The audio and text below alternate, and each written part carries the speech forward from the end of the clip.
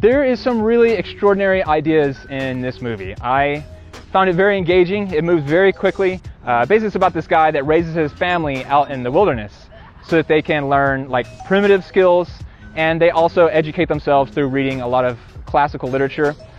And it's very interesting because when they have to go back into the real world, it creates all this kind of conflict because there's a lot they don't know about real world, but they know a lot more about the classical world than the people that they're engaging with in the real world. And so that dichotomy just creates for all kinds of hilarity. And it's a really fun, really well-written movie. I think some parts of it might be slightly less realistic. It's definitely an interesting educational experiment, which I'm fascinated by.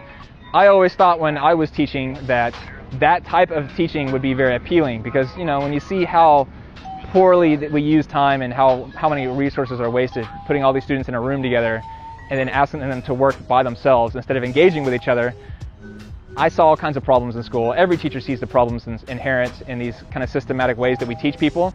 So definitely, if you had a good teacher, this would be an interesting way to teach children. But definitely it's entertaining and thought-provoking, so I do probably recommend the movie. Although it's rated R, so I can't recommend it for everyone. Just know going in that you're going to be exposed to some foul language, a little bit of male nudity. But all in all, I got to say, it's one of my favorite films, and the guys that I showed it to thought it was hilariously entertaining. Captain Fantastic.